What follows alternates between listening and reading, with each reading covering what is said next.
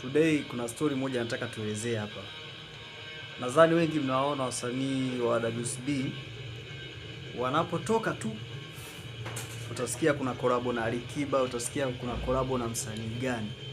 Sasa sielewi hivi wanapokuwa kule WCB, hao wasanii wanaowaomba collab au wasanii wanaotoka WCB kwamba huwa wanashindwa kupay zile hela za gharama, wanakimbia cost au wanakimbia nini? Alafu isitoshe kusema msanii anapotoka WCB anakuwa ni msanii mkubwa kinoma, yaani kiasi kwamba Alikiba atataka collab naye, sijui fulani atataka collab naye. Kama unavyoona Harmonize alitoka WCB, Alikiba akafanya naye ngoma. Leo hii Alikiba anamuomba nani? Anamuomba Mbosso wafanye ngoma. Hata Divoice mnayemuona Divoice atakapotoka tu Alikiba atataka collab. Zuchu naye muona Zuchu atakapotoka tu, sio Alikiba, wasanii kibao wote kina Harmonize wataanza kuomba collab, kina nani, yaani mwisho siku unaweza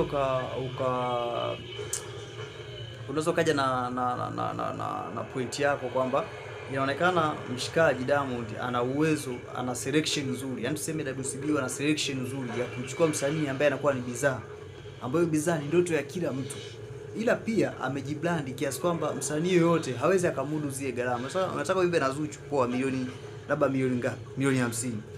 Unajikuta utoboi, itabidi uache. Lakini siku akitoka WCB anakuwa cheap. Kwa mtu yote anaweza kumchukua. Kama ni labda bwana na milioni 3, twende, haina shida, ingiza vesi. Umeona, ndio kitu kama hicho.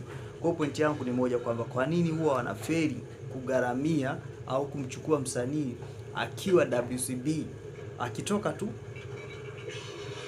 kila kitu taona tu mapicha sijui, yaani kwamba Diamond ameitengeneza brand, wanapotoka pale wanajishusha brand.